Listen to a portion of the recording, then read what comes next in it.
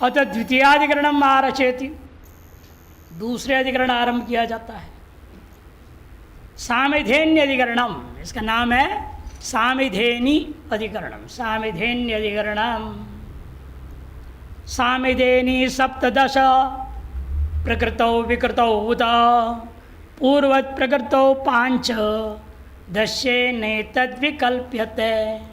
विकृतौ सप्तदश्यं स्यात् प्रकृतौ प्रक्रिया बलात् पांच दस्यावरुद्धत्वाद् आकांक्षाया निवृत्तितः। सामिधेनी, हर एक इष्टि में सामिधेनी याग होता है। शुरू में यह अग्नि को स्थापित करने के बाद उसको तेज करने के लिए, प्रज्वलित करने के लिए सामिधेनी इष्टि की जाती है। वह सामिधेनी में संख्या अलग अलग होता है। 15 संविधाओं से करना, अथवा 17 से, अथवा 21 से, वगैरह वगैरह। उसमें से आप प्रकरण एक ले रहे हैं, आपके अनारभ्य तिथि है 17 करो, और प्रकरण में है 15 से करो। अतः प्रकरणानुसार प्रकरण प्रमाण में के अनुसार प्रकृति याग में 15 सुनिश्चित हो चुका है। इन अनारभ्यदित अधिकतर आपने का सर्वत्र जोड़ना चाहिए। अतएव अभी पूर्व में भी जब पर्णमयित्व तो आपने प्रकृति में जोड़ा, और पर्णमय विशिष्ट जो विकृति में आते आपने कहा, यहाँ पर भी प्रकृति में 17 भी जोड़ दो। अनारभ्यदित वाक्य को प्रकरण प्रमाणक बना करके प्रकृति में जोड़ दीजिए, और प्रकृति विकृति में आ जाएगा वो 17। तब पूर्व पक्षी के जवाब में सिद्धांत की तरह नहीं हो सकता। हम प्रकृति में तब ले जा सकते हैं जब प्रकृति में कोई विधि ना होता। जैसे वह जू पात्र का विधि था प्रकृति में, प्रणता का विधि नहीं था, कल प्रणत मातृ में प्रकृति में जोड़ा, वहाँ से दोनों के दोनों विकृति में आ गए। यहाँ ऐसा नहीं है। सामिधेनी प्रकृति में है और उसकी संख्या भी प्रकृति में है। वहाँ जुहू प्रकृति में है, उसे गुण जो प्रणमयित्व वह प्रकृति में नहीं था, इसलिए हमने अनारभ्यदित गुण को प्रकृति में जोड़ा, ताकि विकृति में विशिष्ट आ ही जाएगा, गुण विशिष्ट गुणी आ ही जाएगा। यहाँ ऐसा नहीं है ना। सामिधेनी रूपा द्रव्य और उसका जो गुण सप्तदश संख्या दोनों ही प्रकृति में है। सप्तदश को कैसे ले जाऊंगा? आकांक्षा हो तब ना। हमेशा कोई भी चीज़ का विनियोग कब कहेंगे? तब वह आकांक्षा होनी चाहिए। कितनी सामिधेनी से करूं, ऐसी आकांक्षा कहाँ है? विकृति यागों में। विकृति याग में क्या आ रहा है? प्रकृति से 15 आ रहा था, तब अनारभ्यदित वहाँ जुड़ेगा, और विकृति में कहेगा 15 नहीं 17 से करना। इन 15 में इसको ले जाऊंगा, प्रकृति में ले जाऊंगा तो वहाँ 15 है ही है, और 17 में पहुँच गया तो विकल्प हो जाएगा, अनर्थ हो गए, इसलिए इष्ट नहीं है। ये सिद्धांत कहेगा। देखिए, सामिधेनी सप्तदश प्रकृतो विकृतावुत। सामिधेनी का जो विशेषण उदा 17 संख्या, यह प्रकृति याग में विनियोग करना चाहिए या विकृति याग में करना चाहिए। पूर्व पक्ष कहता है पूर्वाधिकरण जैसे गुणभूता जो पर्णमयित्व का हमने प्रकृति में जोड़ा, ये संख्या भी एक तरह से गुण ही है, विशेषण है, इसको प्रकृति में जोड़ दो। 5 दस्यने तद विकल्प्यते, तो समस्या हो तो 15 ऑलरेडी पहले से विद्यमान है, तो कैसे वहाँ ले जाओगे 17 को? कहते ले जाऊंगा दोनों को में से मर्जी विकल्प कर दूंगा, जिसकी जैसा इच्छा 15 से अथवा 17 से करे। विकल्प्यते तो सिद्धांत है नहीं, विकृतो सप्तदश्यं स्यात्, विकृति याग में ही हम 17 को जोड़ेंगे। प्रकृतो प्रक्रिया बलात्, क्योंकि प्रकृति याग में प्रकरण प्रमाण के बल से 5 दश्य अवरुद्धत्वात्, 5 संख्या विशेषण वाचक के द्वारा सामिधेनी अवरुद्ध हो चुका है। आकांक्षाया निवृत्ततः से कितने सामिधेनी से करनी है, यह आकांक्षा है ही नहीं, अतः वहाँ पर अन्य किसी चीज़ का विनियोग नहीं हो सकता। अनारभ्य श्रूयते सप्तदश सामिधेनीर अनुभ्रूयादिति। 17 सामिधेनी ऋचाओं का पाठ करनी चाहिए, तद्वारा 17 आहुति दे करके याग की अग्नि को तीक्ष्ण कर देना चाहिए। प्रभो वाजा अभिद्यव इत्याद्य अग्नि समिंधनार्थ, देखो स्पष्ट है, ऋच सामिधेन्य, अग्नि को अभि ईंधनार्थ, समय विधन सम्यक प्रकार से ईंधन मने प्रदीप्त करने के लिए, अग्नि समिंधनार्थ, अग्नि को सम्यक प्रकार से दीप्त करना ही है प्रयोजन जिनका। ऐसे ऋचाओं का पाठ करके वह घी की आहुति दिया जाता है, इसलिए उसको सामिधेनी ऋचाएँ कहा जाता है। और 15 पाठ किया जाए, 17 किया जाए, 21 किया जाए, अलग अलग है। 15 तो ही प्रकृति याग में, यहाँ 17 विधान कर दिया, कहीं 21वें विधान कर दिया, तो 15 को बढ़ाना पड़ता है। वो भी आग बाग में निर्णय देगा किसको बढ़ाएं, 15 में से किसी को भी आवृत्ति कर दें, 2 और बढ़ाना है ना, कहते नहीं, पहले वाले को 2 बार करो, अंत वाले को 2 बार करो, 17 हो जाएगा।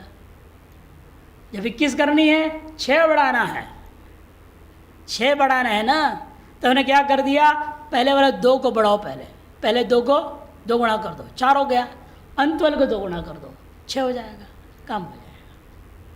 इस तरह से संख्या बढ़ाने की प्रक्रिया भी आगे बताएंगे, किनको आवृत्ति करनी, किनको नहीं करना है, व्यवस्था बाद की बात है। अब यह व्यवस्था इतनी है, ये 17 संख्या को हम कहाँ ले जाएं कि अनारभ्य द्वितीये सप्तदशा सामने प्रिया जो कहा गया था, पूर्व न्याय न, पूर्व पक्ष होता है, तासाम सातदश्यम पूर्व न्याय न प्रकृतिगतम, पूर्वाधिकरण का न्याय के आधार पर पर्णमयित्व के समान ये सप्त संख्या को भी प्रकृति याग में ही जोड़ना चाहिए। यदि प्रकृतो पंचदश सामिधेनिर अन्वाह इति विधि स्यात्, लेकिन वहाँ पर विधि तो है ना, हम कैसे इसको जोड़ें? यदि प्रकृति में पंचदश सामिधेनिर अन्वाह ये विधि है, तर्हि 5दश साप्तदशीय विकल्पेयाताम, ये विकल्प कर लो। प्रकरण में पठित विधि और अनारभ्य विधि दोनों चल पर एक जगह पहुंच गए, अतः वहाँ दोनों को लेकर के विकल्प कर लेना चाहिए। इति प्राप्ते ब्रूमः, सिद्धांत कहते नहीं विकृतवेव साप्तदशम निविशत है, विकृति में ही शब्द संख्या का प्रवेश कराएंगे हम। क्यों? प्रकृतो 5दशेण अवरुद्धानाम सामिधेनीनाम संख्या आकांक्षाया अभावात्, ये प्रकृति याग में 5दश संख्या से अवरुद्ध सामिधेनी ऋचाएँ, अब संख्या की आकांक्षा वहाँ नहीं रह गई। न च 5 शब्दस्य वाक्य समान बलत्वाद अवरोधाभाव, पूर्व पक्षी कहता है ये भी अनारभ्य दित है, वो तो आरभ्य दित है, दोनों आरभ्य और अनारभ्य दित भले ही हो, दोनों समान बल वाले हैं। इसे 5दश वाला आरभ्य दित हो और सप्तदश वाला अनारभ्य दित हो, दोनों समान बल वाले हैं, विदित्वादेव, जब परस्पर कोई अवरोध नहीं है। इति ना शंकनीयम, ऐसे शंका मत करो। 5दश प्रकरण अनुग्रह से अधिकत्वात्, 5दश संख्या के लिए प्रकरण प्रमाण, 6 प्रमाणों में से प्रकरण प्रमाण क्या कर रहा है, 5 संख्या को विनियोग कर दिया है, वह प्रमाण का बल अधिक है। और अनारभ्य अभी कोई प्रमाण से विनियोग हुआ ही नहीं कहीं भी, यह अनारभ्य होने के नाते किसी भी प्रमाण से कहीं विनियोग हुआ ही नहीं है, इसलिए दुर्बल है। इसलिए कहते देखो प्रकरण अनुग्रह से अधिकत्वात् तस्मात् मित्रविंद अध्वरकल्प आदि विकृतो साप्तदशम अवतिष्ठते। मित्रविंद याग, अध्वरकल्प याग आदियों जो विकृति यागों में ही सब वहाँ पर संख्या के आकांक्षा है, उसकी पूर्ति के लिए प्रकृति से लाने की जरूरत नहीं है, ये अनारभ्य विदित का विनियोग कर दो। वहाँ देश के द्वारा प्राप्त कराने की जरूरत नहीं संख्या को, किंतु उसे अधिक संख्या यहाँ पर प्राप्त हो गया।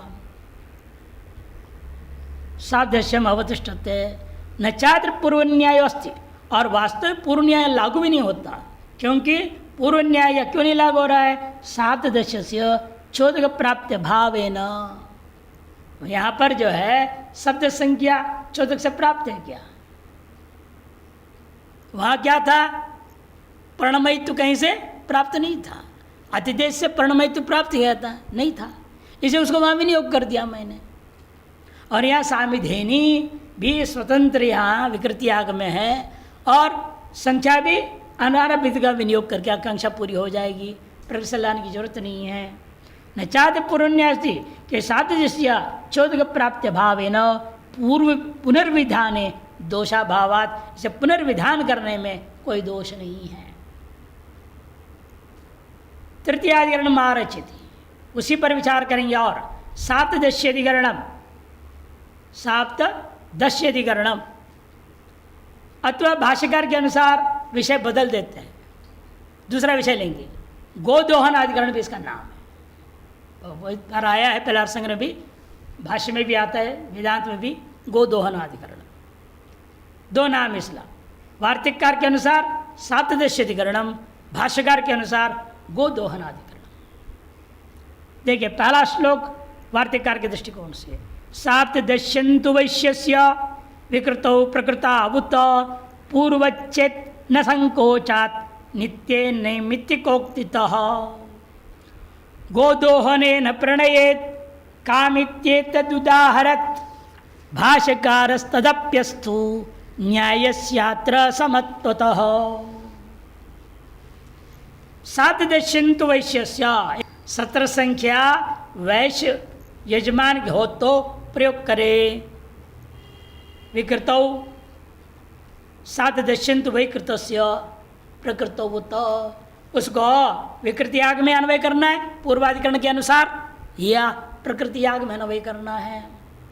मैं पूर्व पक्ष पहले कहा पूर्वच्छेद ना, पूर्व के समान विकृति में ही जोड़ो, प्रकृति मत ले जाओ। तब सिद्धांत नहीं विकृति में जोड़ना पड़ेगा। क्यों? संकोचात, या संकोच कर दिया। प्रकृति में 15 सभी के लिए सब सामान्य था। ब्राह्मण क्षत्रिय वैश्य तीन ही प्रकार यजमान होते, तीनों के लिए 15 संख्या सामान्य था। उसका संकोच करके वैश्य के लिए 17 विधान हो रहा है, इसलिए इसको प्रकृति में ही विनियोग करना चाहिए। तो नित्य जो 15 में नैमित्तिक उक्तितः, यदि वैश्य यजमान हो तो 17 कह दिया। ये जो 17 संख्या वाला वाक्य अलग है, वो अलग है। जो अनारभित जो पहले पढ़ा आपने, देख रहे संख्या एक ही है, अतएव भ्रम हुआ तो इसलिए एक अधिकरण बनाना पड़ा। वो मामला अलग है, ये मामला अलग है। वहाँ 17 संख्या सामान्य विधि है, विकृति में गया।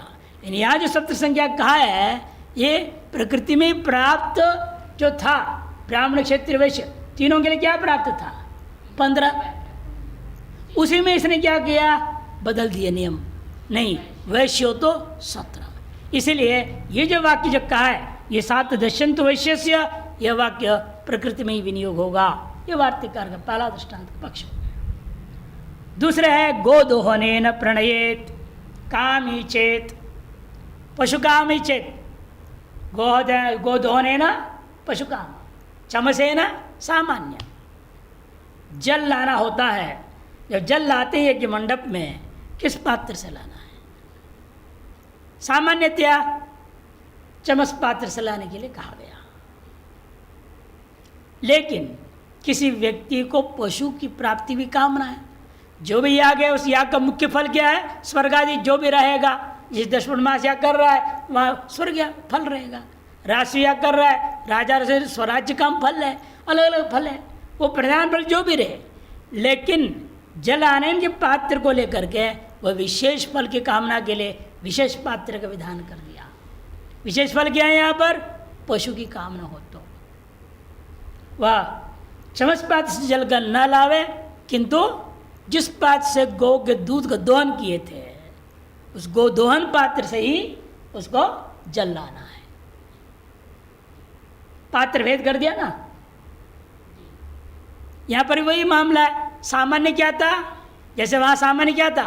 15, विशेष विधानों के वैश्य के लिए 17। सर यहाँ पर भी सेम विचार लगभग है। सामान्य क्या है? चमस पात्र है, और विशेष गोदोहन मैंने पशुकाम फल हो तो, जैसे वैश्य हो तो 17, या पशुकाम फल हो तो गोदोहन पात्र। इसे विषय वाक्य भले भिन्न है, लेकिन न्याय तो बराबर लागू होनी है। संकोच करना आवश्यक है। ये वहाँ भी संकोच किया, वैश्य के लिए सत्र में ले गया, उसे यहाँ भी संकोच करना जरूरी है। इसलिए कहते हैं गोदोहन्य प्रणय कामी इत्येतद उदाहरण बनाया कौन? भाष्यकार। तदप्यस्तु, वो उसके सामने कोई विरोध नहीं है, वो भी होवे। क्यों? न्यायस्यत्र समत्वतः, संकोचन करना आरोपी जो न्याय का नियम है यहाँ पर अधिकरण का, उसके में कोई फर्क नहीं पड़ता है। सप्तदशान अनुब्रूयाद वैश्यस्य, एक दूसरा वाक्य ही है, सप्तदशान अनुब्रूयाद वैश्यस्य इति विहितम वैश्य निमित्तम सप्तदशम पूर्व न्यायेन विकृतिगतमिति चेत। पूर्व न्याय में आपने सप्तदश संख्या को विकृति में अन्वय किए, अब उसी संख्या विशिष्ट वैश्यत्व को भी विकृति में या करो, ये पूर्व पक्ष कहना चाहता है। विचेदमयवाम नैमित्तिकेन अनेन वचनेन प्रकृतिगतस्य नित्य पांचदशस्य वैश्य व्यतिरिक्त विषयतया संकोचनीयत्वात्, क्योंकि नैमित्तिक्य इस वचन के द्वारा प्रकृतिगत जो नित्य पांचदश है उसको हम संकोच क्या करेंगे? वैश्य से भिन्न में ले जाएंगे। वैश्य से भिन्न कौन है? ब्राह्मण और क्षत्रिय, वे पंचदश सामवेदिनी इष्टि करेंगे और वैश्य होगा तो सत्र करेगा। संकोचनीयत्वात् नित्यम सामान्य रूप से सावकाशत्वेन च दुर्बलम, ऐसे कैसे करे हुए? क्योंकि जो नित्य है 15 संख्या लो करके वह सामान्य वचन है, तीनों के लिए बराबर था। वो सावकाश है कहाँ? ब्राह्मण और क्षत्रिय में, अतः दुर्बल हो गया। और नैमित्तिकंतु, नैमित्तिक कहाँ? एकमात्र वैश्य के लिए प्राप्त है। विशेष रूपत्व निर्वकाशत्वाभ्याम, ये तो विशेष रूप है और इसका अन्यत्र अवकाश भी नहीं है, अतएव ये प्रबल हो गया। तस्मात् वैश्य निमित्तम सप्तदश्यम प्रकृतौ अवतिष्ठते, प्रकृति आग में जाकर के अन्वय होगा, विकृति में अतिदेश से आ जाएगा। भले अत्र भाष्यकारो अन्यत उदाजहार, इन भाष्यकार यहाँ इस अधिकरण का उदाहरण दूसरा ले लिए। क्या लिया उन्होंने वाक्य? चमसेनाप प्रणयेद गोदोहनेन पशुकामस्येति। चमसेन आप प्रणयेद, चमस पात्र से ही जल का आनयन करनी चाहिए, ले आना चाहिए जल को। लेकिन यदि पशु की कामना वाला यजमान है तो स्वर्ग आदि काम से दर्शन से कर रहा है, ठीक है, वो स्वर्ग तो मिलेगा ही मिलेगा, लेकिन एक अंग विशेष के लिए करते उसके मन में कामना आई तो उस कामना की पूर्ति के लिए गोदोहन पात्र व्यवधान बदल दिया। चमस पात्र से मत लाओ, गोदोहन पात्र से जल ले आओ। तत्र यह विचार करना है, प्रकृति चमसेन अवरुद्धत्वात्, प्रकृति आग में क्या है? सभी यागों के लिए सामान्य नियम क्या था? चमस पात्र से जल आनयन करना। अतः प्रकृति सगल यागों में ये सामान्य वाक्य जाकर के चमस पात्र के जलानयन अवरुद्ध हो गया। प्रकृति चमसेन अवरुद्धत्वात् गोदोहनम विकृतोविति पूर्व पक्षा। इसे पूर्वाधिकरण न्याय के अनुसार गोदोहन को कहाँ ले जाने बोल रहे? वो ले जाओ विकृति आग में। जिस आप देश को अपने विकृति आग में ले गए, पंचदश अवरुद्ध हो गया प्रकृति को, उधर यहाँ भी कर लो तो सर नहीं ऐसा नहीं होगा। कामना निमित्तकेन गोदोहनेन नित्यस्य चमसस्य निष्काम विषयतया संकोचनीयत्वात्, कामना विशेष रूपी निमित्त को लेकर के पशु काम रूपी, पशु की कामना रूपी कामना विशेष को निमित्त बना करके दोहन गोदोहन का जो पात्र विधान किया वह नित्य सर्वत्र सामान्यतया प्राप्त कौन था? चमसस्य निष्काम विषयतया। सकाम विशेष हो तो गोदोहन पात्र, और कोई काम विशेष नहीं है तो उसके लिए चमस पात्र। इस प्रकार संकोच कर लेना, जो व्यापक वस्तु का संकोच करना उचित है। अतएव प्रकृतोवेव गोदोहनम इति राद्धान्तः, प्रकृति आग में ही गोदोहन का अन्वय विनियोग होगा, ये सिद्धांत है। अब आता है पवमानिष्ठ्यधिकरणम, चतुर्थाधिकरण मारचेति, चौथा अधिकरण है पवमानिष्ठ्यधिकरणम। यह विषय वाक्य अग्नये पवमानाय अष्टाकपाल निरूपेत, अग्नये पावकाय अग्नये शुचये इति।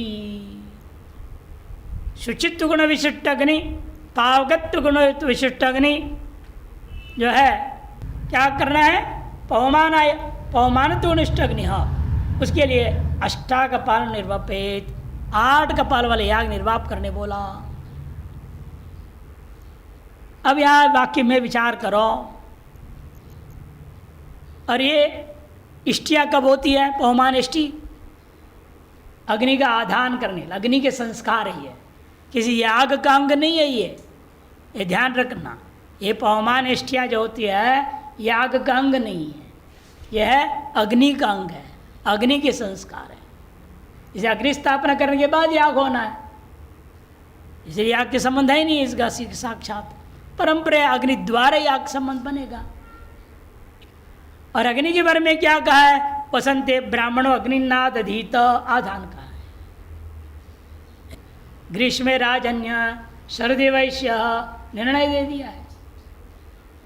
अब वहां पर विचार करना है, हाँ, आधानम पवमानादेर इष्टेरंगम नवा भवेत अग्निनाम इष्टिशेषत्वात् तद्वारास्य तदंगता अनारभ्य विधानात्तु नांगम कस्यचिदाहिति अग्न्यर्थत्वात् तत्समेष्टिर अग्नयस्त्वग्निहोत्रगाः।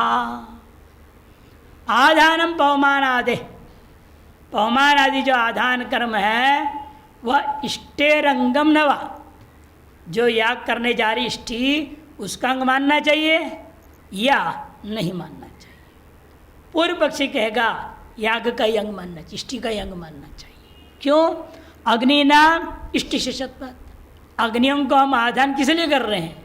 दशपर्णमास इष्टि अग्निहोत्र आदि को करने के लिए कर रहे हैं, इसलिए अग्नि नाम इष्टि का शेष होने से तद्वारा, उन अग्नि द्वारा ये पवमान इष्टियाँ भी अस्य तदंगता, ये पवमान इष्टियों का भी उसी इष्टि का ही अंग मानना चाहिए। अंग के अंग को मुख्य का ही अंग मान लो। ये दशपर्णमास इष्टि का अंग है अग्नि, अग्नि का अंग है पवमान इष्टि, पवमान इष्टि अग्नि द्वारा सीधे दशपर्ण इष्टि का ही अंग मान लिया जाए। पूर्व पक्षी के जवाब सिद्धांत है नहीं, यह अनारभ्यदित है, ये किसी का अंग ही नहीं है। अंग का अंग कैसे कह दिया आपने इसको? अग्नि भले अंग है, लेकिन पवमान इष्टि अग्नि का भले अंग हो जाए, किंतु अग्नि दशमा इष्टि का भले अंग होवे, किंतु इष्टि का अंग पवमान इष्टि नहीं हो सकता। क्यों? क्योंकि अनारभ्यदित है, किसी प्रकरण में पठित है ही नहीं, तो किसी का अंग हो ही नहीं सकता। इष्टेरंगम नवा का तीसरे तद्वारा अस्यापि तदंगता, सिद्धांत ने अनारभ्य विधाना तो नांगम कस्यचित, किसी भी इष्टि का ये अंग नहीं हो सकता, किंतु आहिति ही आधान कर्म का ही अंग है। अग्न्यर्थत्वात्, कि अग्नि का संपादन करने के लिए है वो, तत्समा इष्टि, और यदि कहोगे इसको भी इष्टि का अंग बनाओगे, इसका अंग कौन होगा? पवमान से दूसरी पवमान इष्टि करोगे तो अनवस्था दोष हो जाएगा। समा इष्टि अग्नयस्तो अग्निहोत्र गाहा, और अग्निया जो है अग्निहोत्र आदि इष्टियों का अंग हो जाएगा। इदम आमनायते, यह मंत्र पठित है, अग्ने पवमानाय अष्टाकपालम निरूपेत अग्ने पावकाय अग्ने शुचयेति। अग्ने पवमानाय, पवमान इष्टि, पावकेष्टि, शुचेष्टि, ये सब नाम इनका पड़ जाता है। वसंते ब्राह्मण अग्निनाद दीत च इत्यादि विधियाँ हैं। तत्र आधानम पवमान आदि इष्टि नाम अंगम, ये जो आधान है पवमान आदि, ये इष्टियों का ही अंग मानना चाहिए। सीधे प्रमुख इष्ट प्रधान इष्टियाँ हैं, दशपर्णमास इष्टि अग्निहोत्र आदि, उन्हीं के सीधे अंग मानो। कुतः दशपर्णमास विकृतिषु पवमानादि इष्टिषु चोदक प्राप्तानाम आहवनी आदि अग्नीनाम अभिव्यंज्यत्वे सति अग्निद्वारा तत्संस्कार रूपस्य आधानस्यापि तदंगताया अनिवार्यत्वाद इति चेत मैवम। पूर्व पक्षी कहता है 10 पूर्णमास की विकृति आ गए, ये सब अनारभ्यदित जो पौमानिष्ठी है किसके निकट पड़े हुए 10 पूर्णमास प्रकरण के बाद में। 10 पूर्णमास प्रकरण के निकट पठित होने के नाते ये अनारभ्यदिकों को 10 पूर्णमास के विकृतियाँ के समान मान लो।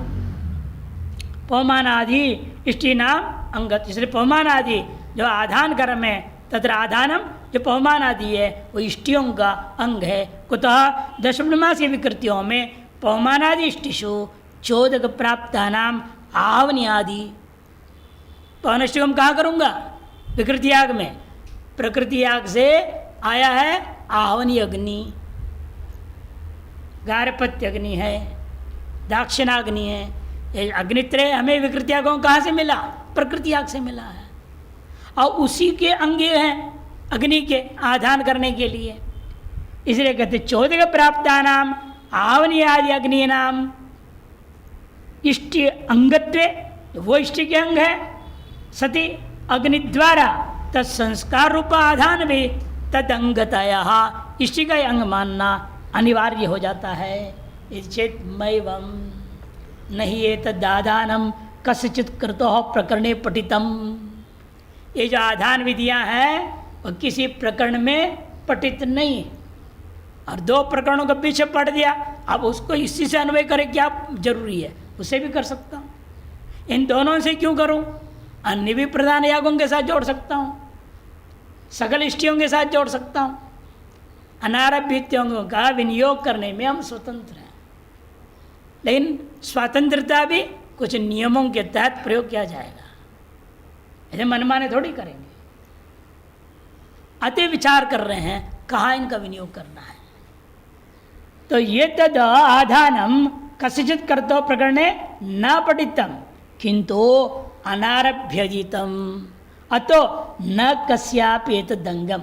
किसी भी इष्टि कर्तु याग आदि का अंग नहीं हो सकता, किंतु आधानवद इष्टि नाम अपनी अग्नि संस्कार अर्थत्वात्। जैसे आधान भी अग्नि का संस्कार है, वैसे ये जो पौमान इष्टियाँ हैं ये इष्टियाँ भी अग्नि का संस्कार करने के लिए हैं। परस्परम नास्ति अंगांगी भाव शंका, इसे परस्पर अंगांगी भाव की भी आधान अंग पौमान इष्टि भी नहीं, परस्पर अंगांगी भाव की आकांक्षा नहीं। ये सब आधान भी अग्नि का संस्कार है। ये जो आधान कहा था कहाँ वसंते ब्राह्मण अग्नि आधेत, आधान भी अग्नि का संस्कार है। उसे पहले जो कहा पौमान अष्टकपालम, वो पौमानिष्टि वो भी अग्नि का संस्कार है, और इनका भी कोई परस्पर अंगांगी भाव नहीं है। ननु पौमानेष्टि अंगत्व भावे अग्नि संस्कार वैयर्त्यात्। पौमानेष्टि यदि किसी याग का अंग ही नहीं है, अग्नि के इनके द्वारा संस्कार करना व्यर्थ हो जाएगा।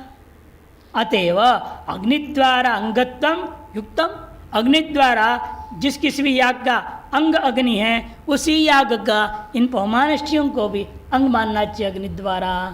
इज्जत न संस्कृतानाम अग्नीनाम अग्निहोत्रादि उत्तर क्रतुषो तत्तद्वाक्यैर विनियोग अवगमात्।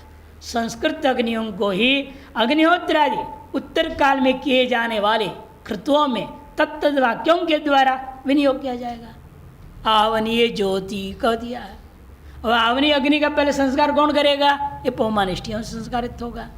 इसे संस्कृत अग्नियों को आगे विनियोग किया जा रहा है, ऐसे संस्कार करने वाले पौमानिष्टियों को याग का अंग कैसे सिद्ध करोगे?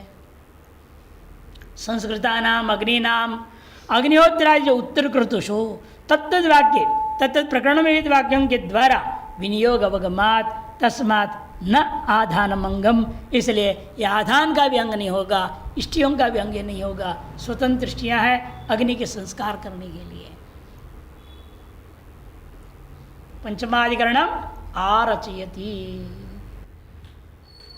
आधानस्य प्रकृति विकृत्यर्थताधिकरणम। आधानस्य प्रकृति विकृत्यर्थताधिकरणम। विचार करना है, आपने आधान के द्वारा अग्नि को अभिव्यक्त किया, केवल प्रकृति के लिए रहेगा, और विकृति के लिए करोगे तो अलग से फिर करना पड़ेगा क्या? एक बार किया गया आधान और संस्कार प्रकृति विकृति दोनों के लिए होगा कि नहीं होगा। आधानिम किम प्रकृत्यर्थम वन्यम मात्रेण वायुतम संस्कृताग्नि प्रनाड्यै तत् पर्णवत् प्रकृतौ स्थितम् लौकिकाकार मात्रत्वे विफलत्वात् कृतौ युतिः पर्णस्य आवनियादौ शास्त्रीयस्तु स्वतंत्रता। आधानम किम प्रकृत्यर्थम, अतः वन्य मात्र करते हुए विकृति के लिए भी लाभ हो जाएगा उसका। वन्य मात्रेण वा युतम विकल्प उठाया। संस्कृत अग्नि प्रनाट्य, संस्कृत अग्नि की परंपरा के द्वारा एतद पर्ण के समान प्रकृति में रहते हुए अपने आप अतिदेश वाक्य से विकृति में चले जाएंगे। इसे विकृति में भी सीधा इसको जोड़ने की जरूरत नहीं है। लौकिकाकार मात्रत्वे, तब विचार करते हैं, देखो भाई चाहे जू पात्र है चाहे कोई भी चीज़ है, साधन जो हम इस्तेमाल करते हैं, अग्नि भी है, वह दो प्रकार के हैं, एक लौकिक है एक शास्त्रीय है। जैसे आप माचिस से जला देते ऊपर बैठ करके रसोई घर में, वो लौकिक अग्नि है ना, उसको आवनी अग्नि नाम देंगे? क्या अग्नि नाम दोगे उसको? कोई नाम नहीं है कि नहीं? अग्नि सामान्य अग्नि, लौकिक अग्नि, लेकिन इसमें हवन करो, बैठ के हवन करोगे वहाँ? हम अग्नि दो प्रकार सिद्ध कर रहे हैं, उसमें हवन नहीं हो सकता। जो संस्कारित अग्नि होता है उसको हम कहते हैं शास्त्रीय अग्नि, उसी में हवन होगा। और संस्कार कैसे होंगे? ये जो विधि बताया गया है, आधान, पवमान, सामिधे निष्ठि, इन निष्ठियों के द्वारा होगा। इस तरह से पर्णमयी आपने जो कह रहा हूं, जू क्या है? करची तो है। आजकल स्टील की करचियाँ रखे नहीं रसोई में, 3-3, 4 छोटे बड़े सब साइज के होते हैं। हवन कुंड में भी वहाँ बहुत सारी करचियाँ होती हैं। और आजकल स्टील के चम्मच रख लेते हैं, जो पात्र भी नहीं होता है। वह भी सिर्फ दो मानना पड़ेगा, एक लौकिक एक शास्त्रीय।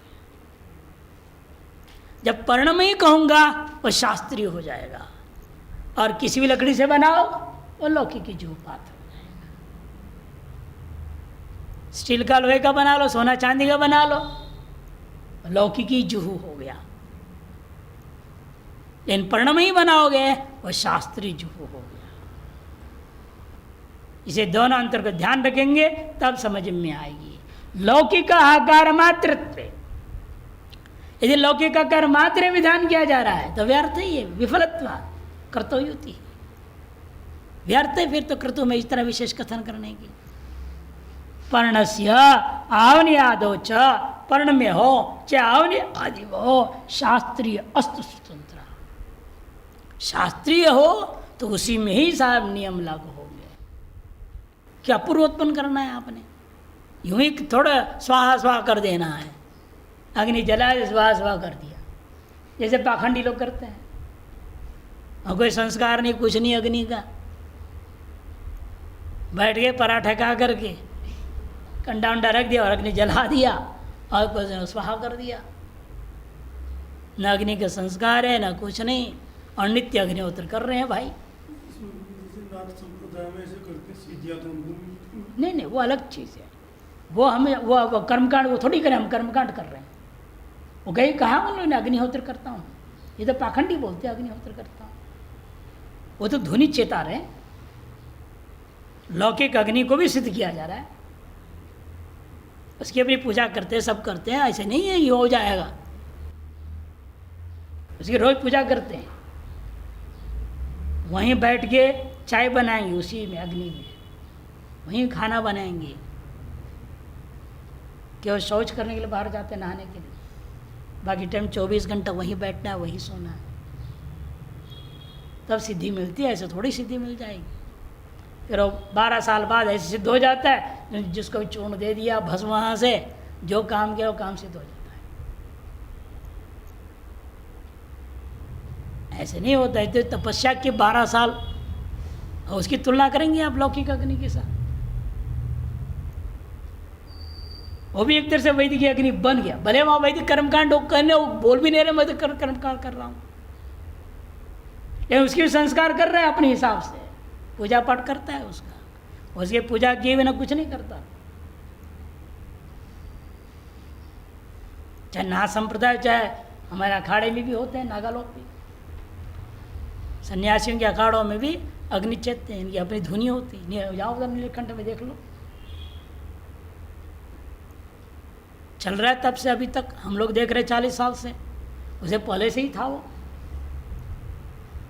लोग इसलिए वहाँ जाकर प्रसाद लेते हैं जिसको जानकारी है,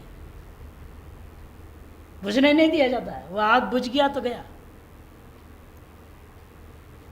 बुझने नहीं दिया जाए। अब अलग अलग प्रकार की है, वो एक साधना है, वो भी साधना अग्नि है, ऐसे नहीं है। लौकिक अग्नि अलग है और ये शास्त्रीय अग्नि अलग चीज है। वह अनारभ्यजितम पर्णमयित्वम यथा जुहु प्रणाड्या प्रकृतो निविष्टम। आपने अनारभ्यजित होते हुए भी पर्णमयित्व को जुहु के द्वारा प्रकृति आग में प्रवेश करा दिया और वहीं से अतिदेश से विकृति में आते आपने कहा तथैव अग्नि प्रणाड्या तत्संस्कार रूपम आधारम प्रकृतो निविशते चेत मयवा। से अग्नि के माध्यम से उसके संस्कार रूपा आधान पौमानिष्टि सामवेनिष्टि इन सभी को भी हम कहा ले जाएंगे प्रकृति में याग में ही जोड़ देंगे। ये पूर्व पक्षी कहता है मैवाम वैषम्यात, दोनों में फर्क है। द्विविधो ही जुह्वा आकार, जू के भी दो आकार है, एक शास्त्रीय है एक लौकिकी है। मैंने बाह्य आकार में कोई फर्क नहीं है, चम्मच तो चम्मच है, ये शास्त्रीय चम्मच है, लौकिकी चम्मच क्या होगा उसमें? शास्त्रीय में संस्कार विशेष किया गया है और उसमें संस्कार नहीं कुछ भी, वही समझा रहे। वैषम्यात द्विविधो ही जुह्वा आकार, जू के दो आकार है, लौकिक शास्त्रीय। अरत्य मात्र दैर्घ्य हंसमुख त्वग्बिलत्वादि रूपो दृश्यमानो लौकिक। ये किसी भी लकड़ी के बना सकते हो, करछी जो है किसी भी लकड़ी के बना लो। ये आकार तो कोई बना सकता है ना। क्या आकार है? अरत्न मात्र लंबा डंडा है, अरत्नी मैंने यहाँ से यहाँ इतने लंबा है, और उसके सामने में क्या है? कहते हंस मुख, हंस के मुख के समान करची बना हुआ है। और त्वक बिलत्वा, उसके सामने जो छेद है आपके चमड़े के पतला जैसा पतला सा छेद है जहां से घी गिरेगा इत्यादि रूपा जो वर्णन किया गया है। ये सामान्य लकड़ी का बना हुआ लौकिक करची है, जुहू है। अपूर्वीयत्वागारस्तु शास्त्रीय, उसमें जो अपूर्वीयत्व आ गया कैसे? पर्णमयित्व बनाने से, वो शास्त्रीय हो गया। तयोर अपूर्वीयत्वम कर्तु प्रवेश मंत्रेण नास्ति, लेकिन उसे अपूर्वीयत्व कब आएगा? जब आप उससे यज्ञ करोगे। यदि पर्णमयी जो बनाया और दाल परोसने के लिए इस्तेमाल कर दिया तो क्या फर्क पड़ना है? सब्जी परोसो उससे, तब अपूर्वीय माना जाएगा उस जू को। भले विधि विधान से कर रहे हो, पर्णमयी लकड़ी से बनाया तुमने, सब कुछ है, लेकिन उसके पर्णमयित्व का सार्थक तब ना जब वो यज्ञ में आप घी डालोगे, उससे आहुति दोगे, तब यज्ञ प्रवेश किए बिना उसमें अपूर्वीयत्व नहीं आ सकता। अतः उसे प्रकृति में जोड़ना पड़ा हमें। तयोर अपूर्वीयत्यंत कर्तु प्रवेश मंत्रेण नास्ति तत्र यदि लौकिक आकार मात्रे पर्यवस्यति, वहाँ यदि लौकिक आकार मात्र पर्यवसान करोगे तथा पर्णमयित्व विफलम भवेत्, तथा पर्णमयित्व विधान करना व्यर्थ हो जाएगा। काष्ठांतरेणा भी तदाकार से सुसंपादत्व, दूसरे किसी भी लकड़ी से, सस्ती लकड़ी ढूंढ लो, कहीं से भी कोई भी लकड़ी मिल जाए उसे बना लो। कोई जरूरी है क्या पर्णमय से पलाश की लकड़ी से बनाना है? अतो अपूर्वीयत्वाय पर्णता कृतौ प्रविष्ठा, इसे अपूर्वीयत्व सिद्धि के लिए उस प्रणता को हम प्रकृति याग में प्रवेश कर दिया था। आवनी आदि तो एक एवं शास्त्रीय आकार, लेकिन आवनी आदि अग्नियों में क्या है, एक शास्त्रीय आकार ये मानते, लौकिक आकार मानते ही नहीं। लौकिक आकार तुम्हारा अपना याग बने रसोई घर में होते रहे, उससे अपने कोई लेना देना नहीं। लौकिक अग्नि से हमारा कोई चर्चा ही नहीं कर्मकांड में। लौकिक अग्नि का इस्तेमाल कहीं होगा ही नहीं कर्मकांड में। ये दो प्रकार का प्रश्न ही नहीं उठता है। यहाँ पात्र में तो क्या दो प्रकार घर में हो सकता है, याग आदि के लिए विशेष पात्र है, भोजन आदि के लिए अलग पात्र है।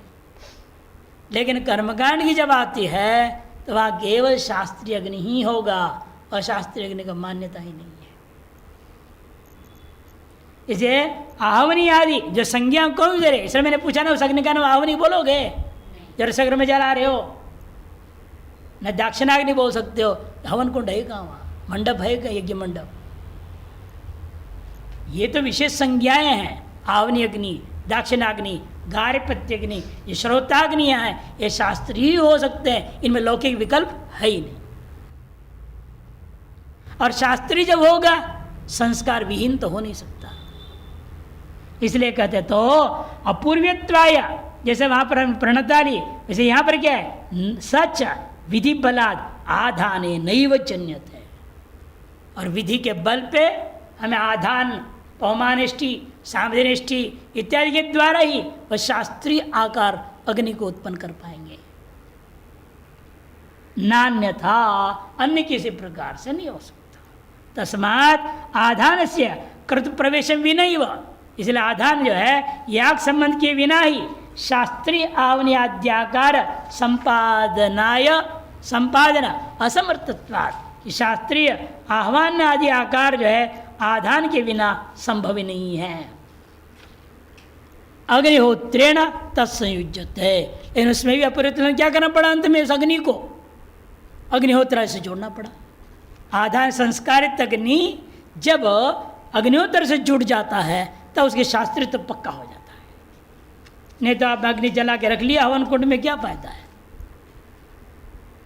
असमर्थत्वात्, इसलिए कह दिया कि कृत प्रवेशन विनैव, तस्मात् आधान से कृत प्रवेश की विना ही शास्त्रीय आवनी आद्यागार संपादन असमर्थत्वात् अग्निहोत्रेण तत्संयुज्यते, बाद में उस अग्निहोत्र के साथ उसको संयुबंध किया जाएगा। तथा सती पर्ण वैषम्यात्, पर्णता में और आधान में दृष्टांत और दाष्टान्त में विषमता है। प्रकृतौ अप्रविश्य, जैसे प्रकृति आग में प्रवेश कराए बिना ही अग्नीन उत्पाद्य कर्तुवत स्वातंत्रेण अवतिष्ठत है। इसलिए प्रकृति में संबंध किए बिना ही अग्नियों को उत्पादन के द्वारा कर्तु के समान यह भी आधार कर्म भी स्वतंत्र ही रहेंगे। तो लौकिकोपाय संपादित सुवर्ण व्रीहियादिवद आधान संपादितानां स्वतंत्राणाम एवं आहवनीयादि अग्निनाम पश्चात क्या करेंगे हम, वाक्य ही क्रतुषु विनियोगोस्तु। इसलिए जैसे लौकिक उपाय के द्वारा संपादित सुवर्ण व्रीहि आदि है, सुवर्ण लौकिक उपाय संपादित है, व्रीहि भी लौकिक उपाय संपादन किया, इन कब शास्त्रीय हो गए, जब आप उसका निर्वाप कर देते, वहां से निर्वाप कर दिया आपने, तभी आग संबंध हो गया। सर यहाँ पर भी पहले हम लौकिक तरीके से शास्त्रीय विधि के आधान विधि से, पौमानिष्टि से, सामधिनिष्टि से अग्नि को संस्कारित कर दूंगा, फिर उस अग्नि को पश्चात आवनीय ज्योति इत्यादि वाक्यों के आधार पर कृतु के साथ विनियोग कर दिया जाएगा। उन्हें संस्कारित अग्नि का विनियोग है, इन अग्नि के संस्कार के लिए भी जो कर्म होते हैं वो याग से सीधे संबंध उनका नहीं होगा। इसलिए आधान संपादिता नाम, आधान आदि के द्वारा संपादन किए गए स्वातंत्रेण स्वतंत्राणाम एवं आवनीयादि अग्नि नाम, स्वतंत्र रूप में उपस्थित आवनीयादि अग्नियों को पश्चात तदनंतर वाक्यों के द्वारा आवनीच्युत इत्यादि वाक्यों के माध्यम से कृतों में उनका विनियोग किया जाता है। विनियोगस्तु। अब पौमानिष्टियों का भी अतिदेश होगा कि नहीं होगा इत्यादि विचार करें।